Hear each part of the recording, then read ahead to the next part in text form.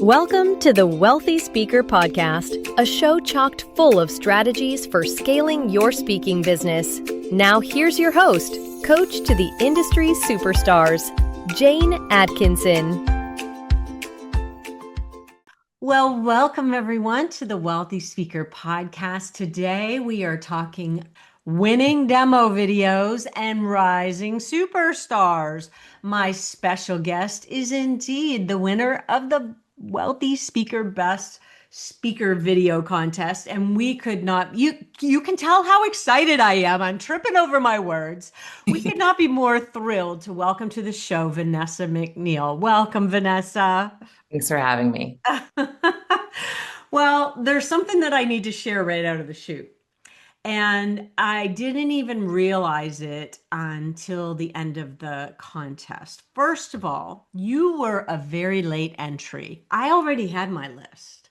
I had my top 5. I thought 5 is plenty for people to have to review in order to be able to vote. So we have this final list of 5.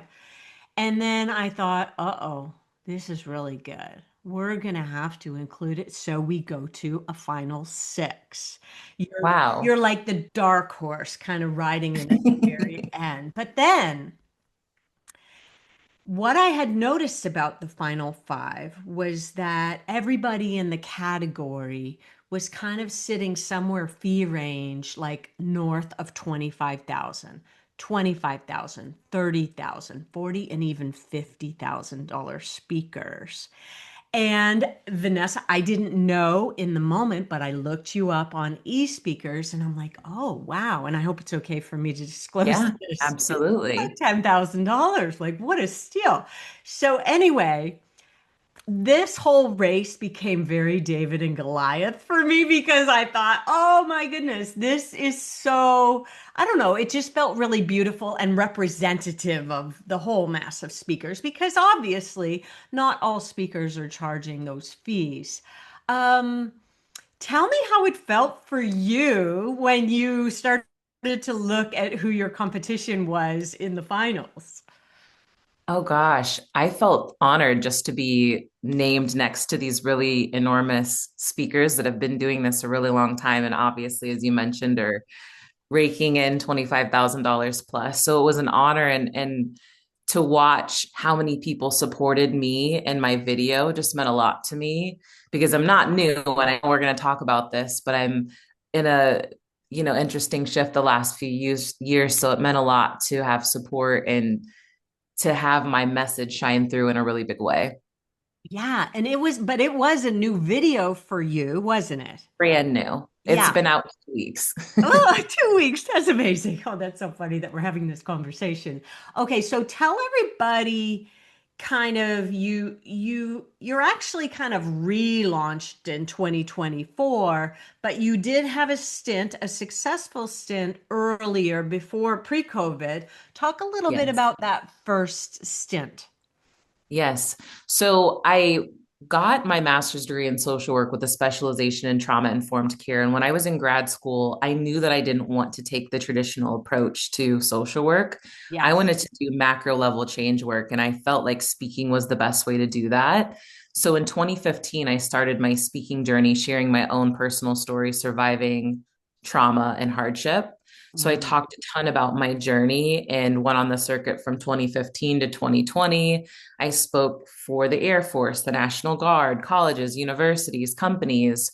And it was really in that motivational speaking category, but also talking about social issues like sexual violence, because that's a really big part Yes. of my story. Especially on So, campuses and in yeah, the forces, like, oh my gosh, so needed. Oh, absolutely. that's such an amazing topic. Well, I'll tell you what caught my attention was the first 30 seconds, I think, in your video. You're telling a story about standing in the front of the classroom. Tell that story to everybody. How old were you when this happened? Yeah, so I was probably 6 or 7. I Mm-hmm. was in the first grade, and a really big part of my story and what I when I started being a speaker, I shared um, talking about the trauma that I experienced extreme child abuse, a lot of neglect Mm-hmm. and sexual violence. But that story that I started my reel with was as a byproduct of the child abuse. I wasn't taken to school regularly. So Right. when I went back to school, it was mid-year. And I remember the teacher being so excited for me to join that she was like, "Welcome, Vanessa, come to class. Since you're new, you get to read off of the chalkboard," because all the kids were always so excited about doing that. And I Yes. remember walking up there and I was like, "Oh no, I don't know how to read a single word." And after that happened, the classroom erupted in laughter because they realized, okay, wow, that this girl can't even read. And Yeah. I was placed in remedial classes to be able to catch up with my peers. And thankfully, I had great teachers and a great school that helped me.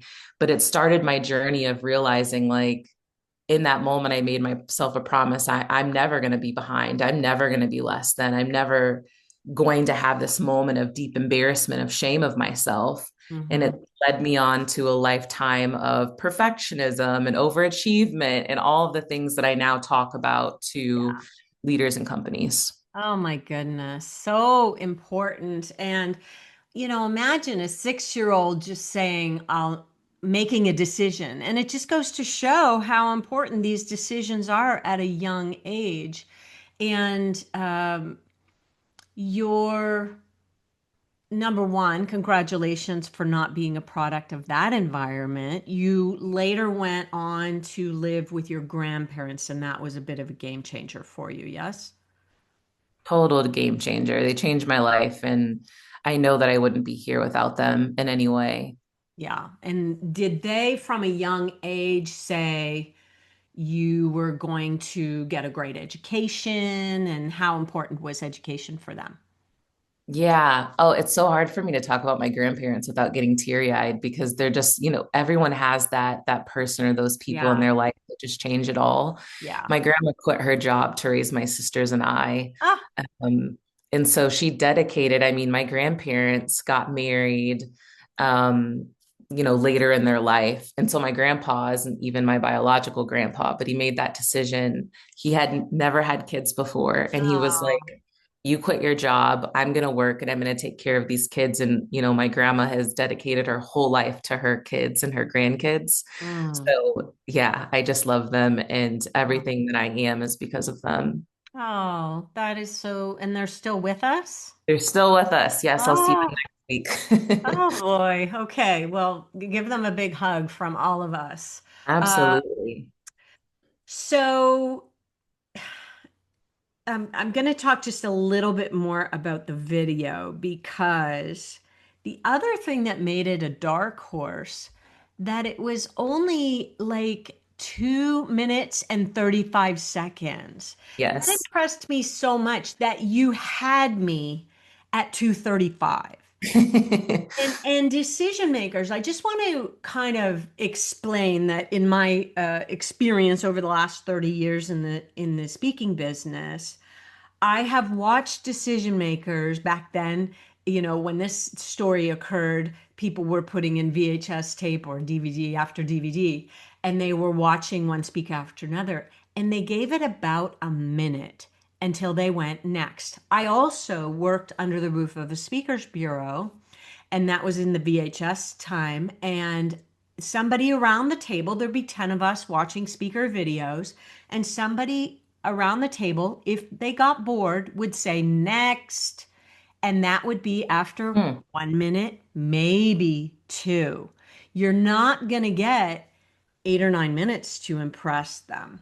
So I just thought that also made you a bit like, I think it might have been the shortest video, I'm not sure, but very, very impressive. Talk a little bit about like who your team was and what you were looking for when you set about making this video. I was looking for someone to capture the experience that I can create on stage through the stories that I share, the strategies that I give to other people, and then the interactive pieces of my talk. And you can see that throughout. I think it's Yeah. the most powerful part of my reel is not even me, in my opinion. It's the people in the the experience that they have as they're listening to me on stage. So I Yeah. wanted a team to capture that. And the team that I worked with is Viv House. They're out of Iowa. It's two men, Ben and Reed. What's so cool about this story is that this was only their second speaker reel that they've ever worked on. Their background is in wedding videography, but they're expert storytellers. And they Yes. just know how to capture someone's magic. And I feel like they Mhm. really did that with me. They really did. And I'm gonna, let's give them a big plug. We'll put it in the show notes. We'll also put your video, and I'll put the top videos in the show notes as well. Um, yeah, because they were in some pretty amazing company. I want to just share with people that a little rule of thumb that I heard years ago was whatever your fee is, your keynote fee, that should be how much you spend on a video. And I'm not going to ask you how much you spent on this video, but just know that like a $30,000 speaker may very well spend $30,000 making their video. So this is just food for thought for our listeners. Um, and you find these guys and I mean, I think they just really nailed it. There was a woman in the testimonial early on who said she started this ripple effect happening. I thought you're Yes. right. And you're right. You said it was you, but then it was other people. But then it did come back to you. And you talked about, and being able to summarize what somebody's message is all about in 2 minutes is really, really impressive. But there's a question that you have a phrase. Tell me what it is. Change your question, change your life. Change Change your your question, change question, your leadership. change your life. That's kind of your through line in your presentation. And that came through so well. And it had impact. It had impact on me personally. I love I that. wasn't thinking, oh, that'd be good for some audience. I was like, oh yeah, that's a really good, it's not rocket science. It's not something we've never heard before, but it had impact. It was a very impactful video. Thank you so much. I think that in this time period that we're living in, people want to feel like they can see themselves in what you're talking about. They are past like the look how cool I am, the fluff, the surface Mhm. level, egocentric part of people. I think people just want to be able to find themselves in the authenticity and the stories and Yeah. the lessons. And I think that the video captured a really good job of how I'm doing that on stage. Yeah. Relatable. That's the Yes. word. And when you say perfectionism, Mhm. imposter syndrome, all of the language that so many people can relate to, things that they're feeling themselves. I mean, you're probably in a lot of rooms of overachievers. Yes. And here you are standing up saying, I made this decision. And then I realized how that screwed me for a while to come, right? Yes. I mean, it really, Basically. people, and your message is about beating burnout. That's kind of the overarching idea, right? Is that let's not do this to ourselves until it hurts. Exactly. Exactly. And the nervous system remembers, I made that decision because I knew that it would keep me safe. If I could just work really hard, if I could just do better than what I've seen in my life and my family, that I could get somewhere. But Mhm. that nervous system pattern stayed alive in me until, like you said, it burned me out until it got to a point where I'm like, I actually am at a point where I can trust people. I need to trust people because I need to delegate. I need to go beyond the nervous system patterns that were once created. And so Mhm. that's really the juice of what I'm talking about is that we Mhm. choose early on in our life, whether it's people pleasing, perfectionism, overachieving, as strategies that once kept us safe, that helped us grow out of where we wanted to grow out of. But Yeah. we reach a place where we're no longer on the hamster wheel and we look around and we're beating ourselves up or we're overworking or we're not trusting in times where we probably can, and we Mhm. need to make a different decision and we have to change those nervous system patterns for the better. So good.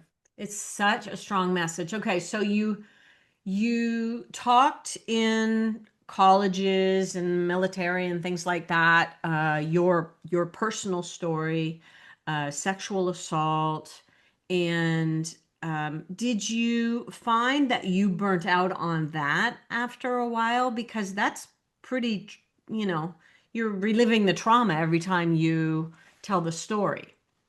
Yes, I'm so glad that you talked about that because that was a part of in 2020. I think that all of us had some sort of a mirror that was placed in front of us where we got to take a Mhm. good look at what was working, what wasn't. And after years of talking about trauma and sharing like the nitty gritty of my story, and I directed documentaries about social issues like sexual violence too, I totally got burned out. And I Mhm. remember reading a Mother Teresa quote, and it said, "If you invite me to a war rally, I won't come. But if you invite me to a peace rally, I'll be there." And it changed the way that I thought about my message. Like I'm going out into the world, I'm traveling the country talking about just stop sexual violence, just stop trauma, just stop Yeah. and just heal. But that was very activating to me in my nervous system. And that shift that I made was how can I talk about this, but in a really different way? Because the trauma is just a symptom of dysregulation for people. The violence just is all of the chaos that we have in the world, just a symptom of dysregulation. So, how can I still share my story because it's a big part of my work and what I do, but how can I, like Mother Teresa did, just she didn't talk about stopping the war, she talked about how to create peace. So Mm. how can I bring that to people in a way that leaves me feeling recharged and focuses more on what I want to create instead of what I don't want to? I just realized that you changed your trajectory by asking a different question. Exactly. Oh Yes. my gosh, you use your own stuff. Woohoo! Usually the cobbler's children have no shoes, but you obviously are you walking the talk. Good for I you. live my message for sure. So you came back, you took a 4-year hiatus I did. and you came back in 2024, people. Last year. Mhm. You came back on the scene and you came out with a new message, which kind of has that burnout at the top of your umbrella. And I think that everybody sitting in your corporate audiences or business audiences today can relate to that. What did you have in mind in terms of who you wanted to get in front of? Honestly, when I came back, I wasn't sure because it had Okay. been so long. I know that the industry changed a lot, and I felt like I Mhm. was building a plane as I was going. So I Okay. feel like I used all of 2024 and parts of the beginning of this year to really figure out what was landing for people. What did they want to hear more about? And as much as I tried to get away from my story or talking about certain pieces, that's what people wanted to hear the most Yeah. because like you said, it's relatable and it's Yeah. what people need. The strategies that we have about burnout, they're not working. People are more burned out than ever. We're Mhm. more survival based than we've ever been. And so it was just a year of collecting data and feedback and insight into what people really needed to hear. And this year, 2025, I feel like, okay, wow, I really found the message. Yeah, and once you find it, we talk about picking a lane, and when we say picking a lane, we really mean picking a topic lane, like what's one problem you want to help solve. And so initially when I looked at kind of the language that I saw in the video, uh I was like, "Oh, yeah, okay, and it's about burnout. Oh, yeah, all of that leads to burnout." Yes. So now I'm getting it very, very clearly. I think your video speaks volumes to it, as does your website, and everything is looking great for you. So congratulations, you're really well on your way. I'm going to put it out there that the speakers bureaus need to pick back up on you if they weren't before. They need to pick up on you now. And as your fee rises, I think you're going to see that more and more people will hop on that bandwagon. Thank you so much. I really Congrat- appreciate it. Congratulations. Thank If you. you're listening in and you know somebody who needs Vanessa, please reach out to her. It's vanessa McNeal.com. Is that right? Correct. McNeal. Let's get your last Yes. name correct.com. So, I feel like there's a lot to unpack in your story. Um, what do you think you're bringing to the table this time around that you maybe didn't have last time, or you were maybe sunk down into the war, I guess, as you put Mhm. it Mhm. earlier, that you maybe couldn't see? What are you seeing clearer this time around? What I'm seeing is that before I just talked about my story, and Mm-hmm. that was great because it's a great story, especially because of what I've created from it. But what I'm Mm-hmm. bringing different, and what's different this time is that I'm not just talking about the story, I'm talking about other people's story and how they can live through it in a different way to have a different result. Yeah. I wasn't really doing that. So I'm giving people now strategies, I'm giving them language. And what I really loved from the organizer of that talk, she shared that it's the leadership message that we haven't heard, but that we really need to. And I feel like that's what makes this different because there's speakers on burnout, but I feel like the lane of the nervous system is very unique. And Yeah. I think it's what people really need to understand. We don't understand why we are the way that we are. And Mm-hmm. that's what I really touch on in my talks. And if someone doesn't like the way that they are because of their patterns, their habits, the stories that they tell themselves, I really show them how to do something about it that's different so that they can live better. Mm. I wasn't doing that before. Mm. And this is just growth, right? You're just Exactly. learning and maybe creating. I think the audience participation is you're creating an experience for them. We saw tears in the audience. You obviously are asking some powerful questions. You're getting them to ask themselves better questions. I think if that should that could be a bumper sticker. I always talk about a through line as will it look good on a coffee mug? This is my Tim Hortons coffee mug. Uh, Go Canada. Everybody in Canada knows this mug. But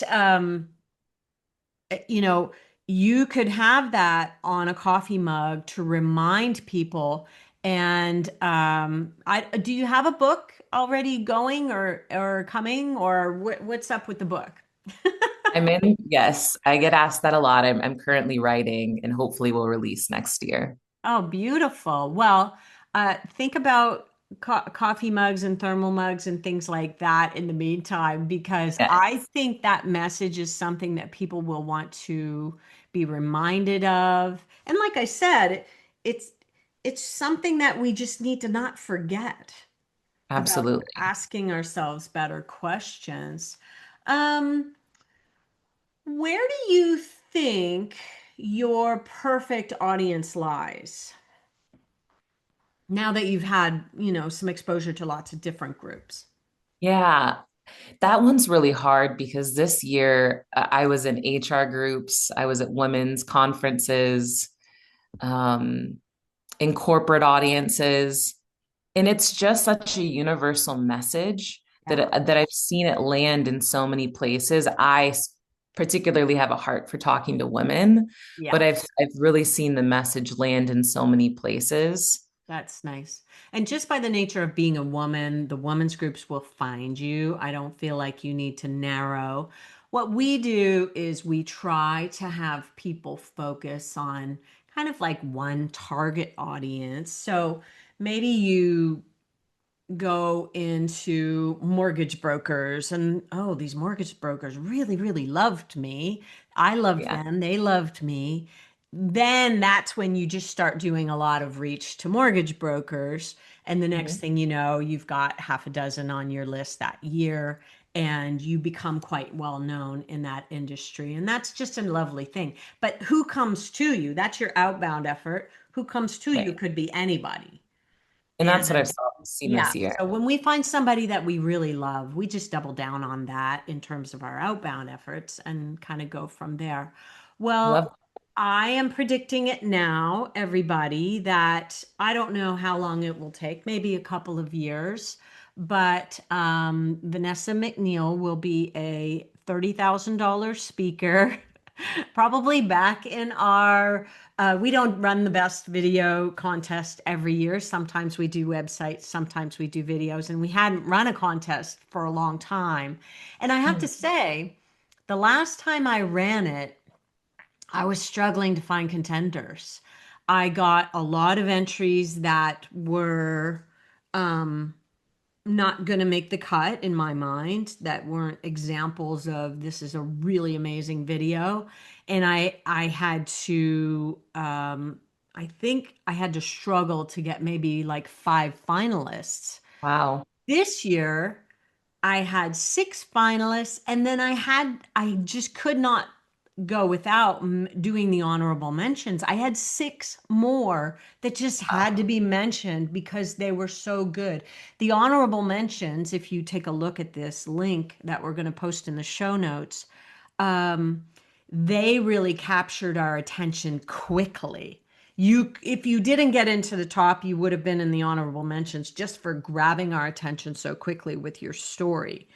And that's why I just felt like I couldn't not mention them. And I do want to say to the people who submitted and thought, well, my video should have been in the finals, it's really good. It was. There were another 10 videos that could have been in the finals. And this is what meeting professionals, this is what decision makers go through all the time, where, well, they're good, but I see something else over here. And I think it was the story part that really popped people into the finals. Did you tell a really strong story? And in some cases, like yours, about why your message came to be and why it's landing with people today. Like that is it in a nutshell. And some people had really, really strong videos, but maybe didn't like pull at the heartstrings in any way. And because they just had a straight up business message. And so that's why. That's why. For those of you who are wondering why, that's why. And decision makers, if it's working for you to get you booked, if your video is working for you to get you booked, then you know you're onto something. So you don't need to be in any kind of contest. Right. And I'm just hoping for you this time next year, Vanessa, that you are have all the business that you want. And because I'm thinking you're a superstar and we're just getting you kind of near the beginning. I feel very lucky. Like I do too. And thank you so much for the encouragement and the kind words. It means a lot to me. Well, for those of you who'd like to connect with Vanessa, where would you like to have them go? Are you like a LinkedIn girl? Where's your biggest LinkedIn's a great place. right? The website's a great place. It has all of my signature talks on there, ways to Okay. reach out to me. Okay. Instagram, I'm on all the places, but yeah. Okay. Wonderful. Well, congratulations again. Please take a look at the show notes, listeners. And I also want to give a shout out to the producers who also had multiple videos into the top 5. James Kolb had 2, Cassandra and Chris's, or no, sorry, Cassandra and Ryan's videos were in the top. Chris West had multiple videos in the top. So big shout out as well as to Reed Shepard and Ben Libby who produced the award-winning video. So we'll put links to everybody in the show notes. And I really hope that this episode can be something that inspires you to go back to your video and ask a better question. Is this really grabbing people's attention immediately and telling a story? Is there something in there that pulls at my heartstrings? That's what we want to know. And thanks again, Vanessa, for being here with me. I'm super excited for this message to get out there to everybody. And for you listening, thanks again. And with that, we'll say, see you soon, Wealthy Speakers. Bye for now, everyone. Goodbye. Thank you. Thanks for listening to the Wealthy Speaker Podcast. If you need help scaling your speaking business, head over to speakerlauncher.com and chat with us.